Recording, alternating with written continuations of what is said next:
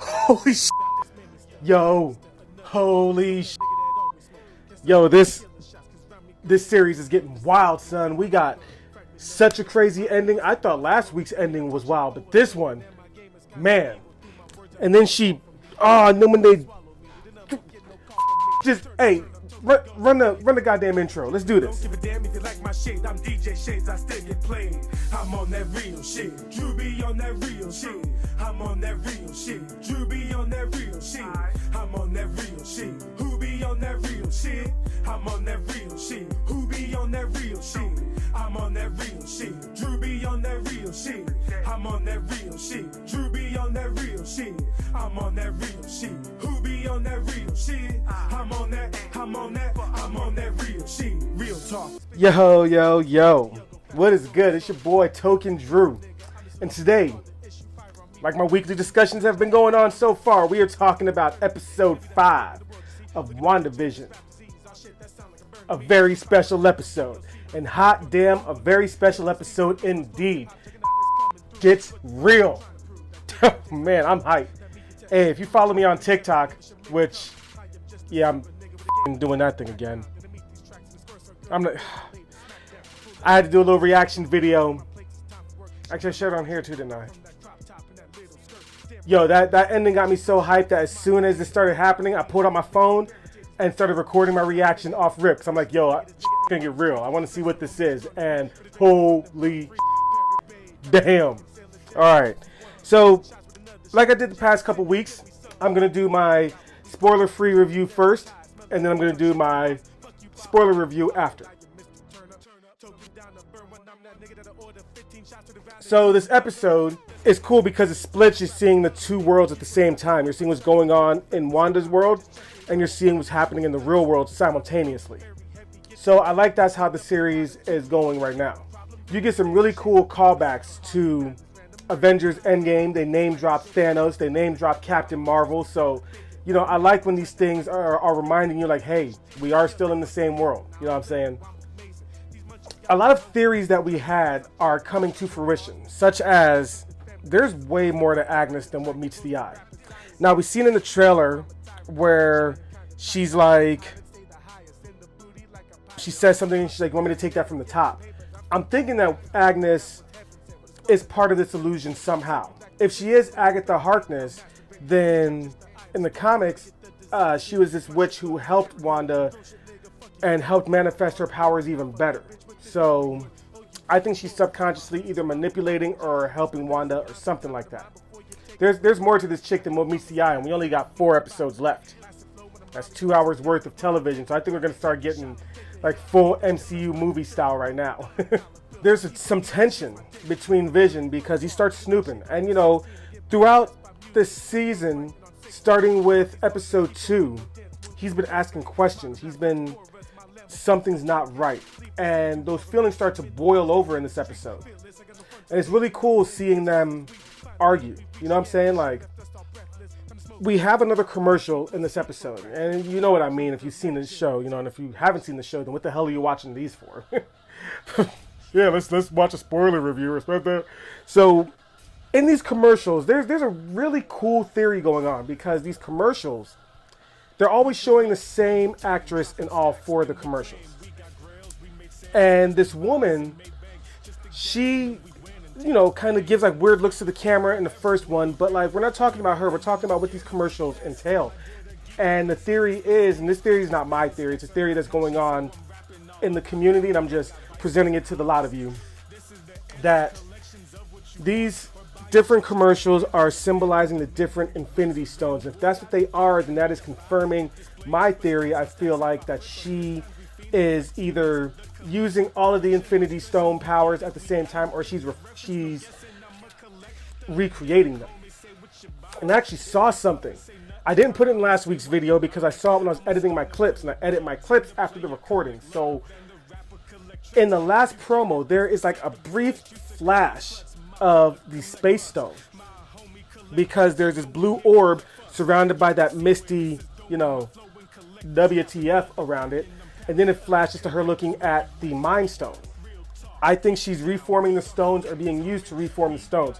The Infinity Stones, I don't think, are gone from the MCU. They are a huge MacGuffin.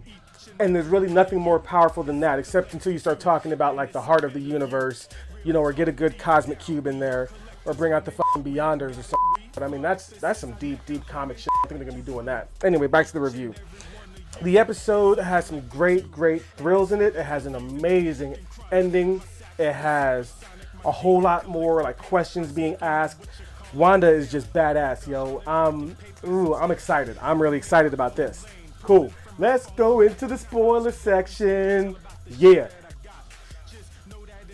Peep game, son. I had to stand up for this shit. You know what I mean? I had to stand up. Spoilers. Before we go into that, let me take this moment to do the stupid YouTube shit. I'm making sure you lot like, share, subscribe, and leave a comment. I got my album coming out on February 13th. That's a Saturday, right before Valentine's Day. But that Monday, right after it, on the 15th, around, 10 p.m., I'm going to do my first streaming event and do a live stream listening party of the album. I don't know if that means I'm going to be putting everything on YouTube or exactly how that's going to work out, but hey, it's happening. Less than a week away.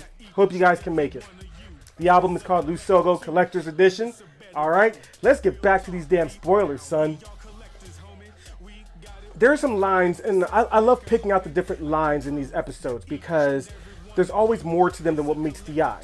On some Transformers shit. Robots in disguise. Looking face. One of the first things I picked up is when Wanda and Vision are trying to console the crying babies, and Wanda is holding Tommy. And she's like, if you'll be quiet, you stop crying, you'll be my favorite. And of course she's just saying that for shits and giggles, blah, blah, blah. But I researched it. I'm like, why? Which one is Tommy? Is Tommy Wiccan or Speed? Well, it turns out that Tommy turns into Speed. I thought Tommy was going to turn out to be Wiccan. And, her favorite doing magic because Wiccan does magic and Speed does obviously Speed. However, think about this. Speed is like her brother Quicksilver. Her cherished twin brother who, in the comics she's super close to, and then in the Ultimate Universe she's a little bit too close to. Editor Drew, have fun finding that clip. Jesus Christ. And Logan was watching from the bushes. Comics. But Tommy is the fast one. Tommy is Speed. So he could be her favorite because that's reminding her of her dead brother. Man. We also see that just like the Stork, her specific magic does not work on them. Now that is strange. I have a theory about that. Maybe I'll do that in a different video. Yeah, I think so. Agnes barges in, and she shows up a lot in this episode actually. And we see her line like in the trailer. Want me to take it from the top? But not only is that weird, Wanda seems awfully comfortable around Agnes, doing her magic around her, and the kids growing around her, and even Vision calls her out on that. So I think that's kind of more proof that Wanda and Agnes have been working together somehow, even on a subconscious level, or that Agnes is manipulating Wanda. We have that opening song, and that opening song is great, especially when you have like the pictures of the cast growing up, the boys who turn into 5-year-old versions of them, and then pictures of Elizabeth Olsen like as a teenager and stuff. That was really cool. And then they had Vision as a baby, like a little red baby, and then Vision as a little kid and stuff like that. And that made me laugh out loud, just that goofiness, that MCU humor that that was really fun. Then we flash to the modern world, and Monica is getting readings done because she got blasted out of Wanda World. And Monica, her readings come back, the tablet is completely blank, as if someone were to break an LCD screen or something, you know what I'm saying? Like, all this light was there. So Monica is actually in the comics a superhero known as Photon. Photon, her powers include, of course, light, and then she can also fly, phase through stuff, and shapeshift. And she is Monica Rambeau. That's who the character is. So maybe Monica getting blasted out of the world, being encased in Wanda's energy, gave her some of these abilities, made her a metahuman, aka what the X-Men are. I don't. We learned that the whole event started 9 days ago, because that's when Wanda broke into the Sword headquarters and retrieved Vision's body. It looked like the scientists in there were trying to dissect Vision or something like that. Vision said in his will that he did not want to be made into a living weapon. Speaking of which, my bad for my theory video. My dumbass said that Wanda got her powers from the Space Stone. She got them from the Mind Stone. That was in Loki's scepter. But it doesn't change the theory. I still think that she harnesses all the powers of the Infinity Stones. Go check out that video if you want to see how I got to that line of thought. So when we're back in the modern world, we get questions that, you know, it's so weird. So weird how they knew what we were going to ask. You know what I'm saying? When they're talking about Vision being back from the dead, Jimmy was like, how did Wanda resurrect Vision without a Mind Stone? They also say, you know, she'd have to be showing way higher levels of power that we never even seen before. But Monica reminds them that she could have taken Thanos out by herself if Thanos didn't initiate that blitz. I said something about that last week, about when Wanda came back and she was stronger than before. And I think it's because of the snap leaving some of that residual energy inside of you. And I think with her already using all that power, it just got boosted. Because she's strong as hell. They also mention Captain Marvel. That Captain Marvel was really strong, and Monica was like, you know, we don't talk about her. So there's some kind of animosity right there. I wonder what that's all about. So we cut back into the Wanda world, and Vision and Norm are having a discussion, and Norm says something really weird to Vision. Says, you know, it's all a joke. None of this is real. Can't you tell? Which causes Vision to touch on his temples, and Norm breaks free and is like, you know, freaking out and talking about like he needs to call his wife, where's his cell phone, and going all like this and that. And then Vision taps him again to calm him down, and he goes back to talking like back in character. You know, the boys in the show, going back to them, they seem to be able to age at will. When they found the dog, which, you know, typical sitcom plot point, they find that dog and they want to keep him, and Wanda's like, you have to be about 10 years old to have him, and the boys age themselves up to 10 years old. I wonder if that's just showing more the reality being weird shit. And I think the boys are going to be the ones that tell her that they're not real. Sword sends a drone in to try and see what's going on, and then what's his name? Director Haggard, something. I can't. God damn it! I should have wrote that down. But he sets the drone to fire, and then we cut to Wanda coming out of the damn field and going off on them. Like, you know, if you don't bother me, I'm not gonna mess with you guys. And they're like, you're holding all these people hostage, blah blah blah blah blah. And Wanda makes all the guns that are pointing to her turn and face the director with her crazy magic. Not to mention when she sees Monica, she's like, you again, and starts getting all angry. But then Monica's like, you know, I think deep down inside you know that I'm an ally, which is why you protected me when you flung me out of here. Speaking of which, we also see that whatever Wanda rewrites in her world, when it comes back to the modern world, it stays rewritten. Because we see that the outfit that Rambeau was wearing when she got blasted out, they run a test on it and sees that it's 86% Kevlar, which means that the bodysuit that she was wearing when she went in there, it got morphed into that outfit, confirming that Wanda is rewriting reality. So maybe Vision will stay alive when he comes back out. So let's talk about that commercial. So those commercials, there's a theory going on in the community that these commercials are more than what meets the eye. The theory is that each commercial is somehow symbolizing a different one of the Infinity Stones. The first commercial with the toaster had that red dot in the middle. So even though it was not the right color, that gem in the middle, similar to the Mind Stone. The second commercial was all about that Strucker watch, so, you know, time stone. Third commercial, the soap was in a box, that Hydra soap. and the box similar to the Tesseract. And then this fourth commercial, the Lagos, which Lagos was the city that started off in Civil War, where they're doing all that events and the whole Sokovian Accords have to go into effect because of the incident that happens there. But the Lagos paper towel is used to clean up that red liquid. That's what the Reality Stone looked like. It was that red liquidy substance. So we're gonna know for sure if in the next commercial looks something like the Soul Stone, and then we have a commercial looks something like the Power Stone.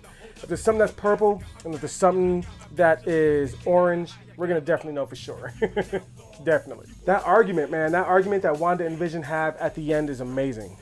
You know, they both float up and all like tense at each other, and Vision's going off because he doesn't remember anything outside of Westview, and he's talking about how all these people are under her spell and how he kind of casually ignored it at first, thinking that she couldn't control it, but now he doesn't know, and she's like, you think I control all this, and blah blah blah, and they're going back and forth, and you know, there's definite seeds of mistrust there. Something's not right, but eventually he's going to get on her side, because we've seen in those trailers, which flash through more of the end, they seem to be, you know, on the same page or something like that. They better be.